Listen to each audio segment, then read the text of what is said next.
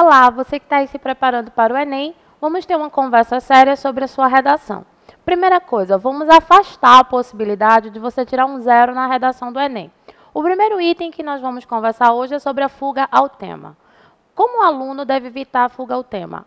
Procurando informações que tenham uma relação direta com o tema. Então, por exemplo, o tema do ano passado, a lei seca, o aluno deveria apresentar informações, ou seja, argumentos que tivessem uma relação direta com o tema proposto. Por exemplo, a responsabilidade que o indivíduo tem quando ele bebe e vai dirigir alcoolizado. Tá? Ele está cerceando o direito de ir vir do outro. Ele está impedindo que o outro cidadão possa ter tranquilidade ao atravessar uma rua, porque pode vir um cidadão que está embriagado e vai tirar-lhe a vida ou causar alguma lesão corporal grave. O segundo item, que você deve prestar bastante atenção, que pode também te levar a tirar 0 na redação, que tem lá proposto pelo Enem, é a redação anulada. Quando é que a sua redação é anulada? Quando você coloca impropérios. Ou seja, como já foi bastante divulgado na mídia, o aluno coloca um trecho do hino do Palmeiras, o aluno coloca uma piada, uma anedota que não tem nenhuma conexão com a sua redação, o aluno faz um desenho, o candidato que faz um desenho na prova de redação do Enem, ele vai ter sua redação anulada, ele vai ter a 0. Outro item que você deve afastar também da sua redação é a questão da cópia do texto de apoio. Não copia trechos do texto de apoio. Você pode retextualizar. O que é isso? Você pode dizer praticamente a mesma coisa que está sendo dito no texto de apoio, mas que com outras palavras. Agora, preste atenção. Quando você copia trechos ou você retextualiza, você indica uma certa pobreza argumentativa, que você não tem ideias, que você não tem informação. Então, evita copiar. O texto de apoio é para te dar uma vertente argumentativa, uma noção, uma direção do que você deve colocar mais ou menos na sua redação. Uma outra questão que você também deve afastar da sua redação, porque você vai tirar inevitavelmente 0. E isso, inclusive, está lá no manual do candidato. O candidato que fere direitos humanos. Você não pode apresentar nenhum argumento que venha ferir os direitos humanos. Você tem que escrever o seu texto respeitando o outro. A questão da alteridade, a questão desse respeito ao cidadão e o respeito a você mesmo. Então, toda vez que você for escrever o seu texto, esses itens que eu acabei de falar para você são itens que podem te levar a tirar 0 na sua redação. São aspectos da macroestrutura do texto. Uma outra coisa, a última coisa que pode te levar a tirar um 0 na redação, é a questão do tipo textual, a fuga ao tipo textual solicitado. Qual é o tipo textual solicitado pelo Enem? Qual é o tipo? Muito bem, dissertativo argumentativo. Se você faz uma narração, o que é narrar? Você vai lá e conta uma historinha. Se você faz uma descrição, tá? Se você escreve uma fábula, um gênero textual fábula, se você escreve uma crônica, você está fugindo. Você está fugindo ao que é proposto. O seu texto tem que ser dissertativo e argumentativo. Você tem um tema, você vai se posicionar diante desse tema e apresentar informações relevantes em relação ao tema. Então, feito isso, olha, você atendeu ao tipo textual, você não copiou trecho do texto de apoio, você não feriu direitos humanos, então você está dentro do que se espera para um texto do Enem. Uma outra coisa que pode também te levar a ter tua redação anulada, tá? Não esquece, é você produzir um texto com menos de 7 linhas. Tá? Eu nem consideraria isso como um texto, porque é uma produção minúscula. Em 7 linhas você não consegue comunicar algo, não tem uma introdução, um desenvolvimento, uma conclusão, um texto com início, meio e fim, tá bom? Prestou atenção nisso? Agora nós vamos falar, aí você fugiu do 0. O corretor do Enem vai pegar a tua redação agora e ele vai avaliar de 0 a 1000. Como é que eu vou conseguir esse 1000? Vamos falar das competências avaliativas do Enem. Que competências são essas, Carla? A competência número 1, norma culta. O que é a norma culta? O que é um texto escrito de acordo com a norma culta? É um texto que respeita a concordância, um texto que respeita a regência, é um texto que respeita a acentuação, que tem pontuação, ou seja, que respeita todos os itens gramaticais que você estudou ao longo da sua vida de estudante. É um texto limpo. Então, você tem que primar pela organização visual do seu texto também, evitar rasuras. Então, norma culta vai englobar tudo isso. É aquele texto que tem concordância, regência, ortografia, pontuação. É aquele texto que está dentro do que é prescrito pela gramática. Lembre-se que a nossa gramática é normativa. Ela traz regras que devem ser seguidas por você no momento em que você está redigindo o seu texto do Enem, ok? Vamos voltar agora para falar de uma outra competência, a competência 2. O que é a competência 2? Que também vai ser avaliada de 0 a 200, porque são 5 competências avaliativas do Enem e cada uma vai de 0 a 200. A competência 1, como eu falei anteriormente, norma culta. A competência 2, compreensão da proposta de redação. Eu, particularmente, acho muito difícil avaliar, tá? A competência 2, mensurar o quanto que o candidato compreendeu do tema. Como é que você deve, de que forma você deve organizar o seu texto para mostrar que você compreendeu o tema?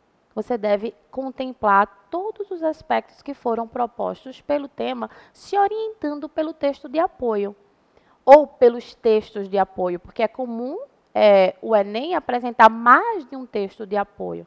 Então, o aluno, ele vai ler os textos de apoio e vai ter uma vertente, uma noção, uma vertente argumentativa, que ele vai organizar o seu texto mais ou menos desta forma, para indicar para o corretor que ele compreendeu o que foi pedido a ele, o que foi solicitado a ele para escrever na sua produção textual, ok? Então, competência 1, norma culta.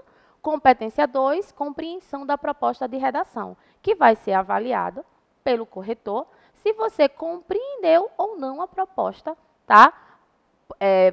Elaborada pela banca do Enem. Tá? Vamos agora para a competência 3, seleção e organização dos argumentos.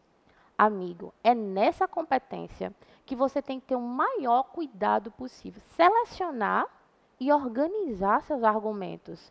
Você não vai pegar qualquer coisa para colocar no seu texto, qualquer argumento. Fuja do senso comum. É neste momento, seleção, que você vai trazer para o seu texto, é neste momento que você vai mostrar que você tem conhecimento e que você consegue fazer associações. Você vai pegar informações das outras áreas do conhecimento, geografia, história, química, física. Você vai trazer informações que tenham relação com o tema, tá? Para enriquecer a sua produção textual, para tornar o seu texto mais consistente, mais relevante. Então, nessa seleção argumentativa, agora, lógico que você vai selecionar informações que tenham relação com o tema proposto.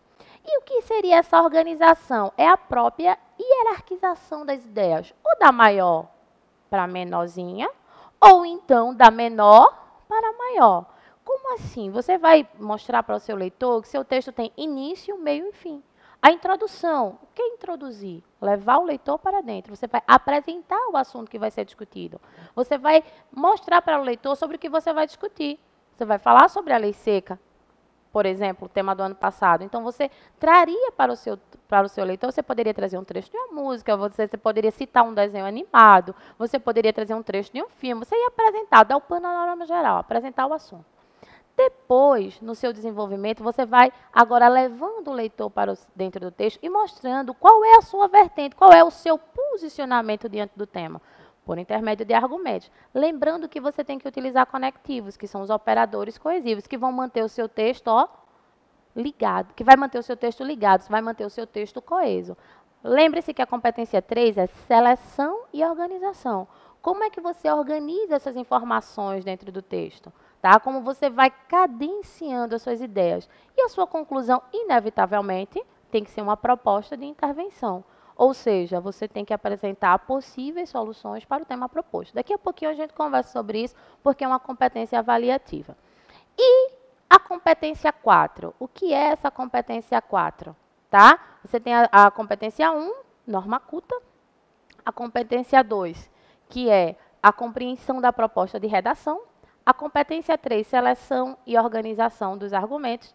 E a competência 4, que vem essa própria construção da argumentação, que seria essa coesão, essa amarração. Agora ele vai olhar como é que isso foi amarrado, se o texto está coeso, se ele está bem articulado, se você sabe utilizar bem os operadores coesivos, se você não entrou em contradição. É a própria amarração do texto, a competência 4.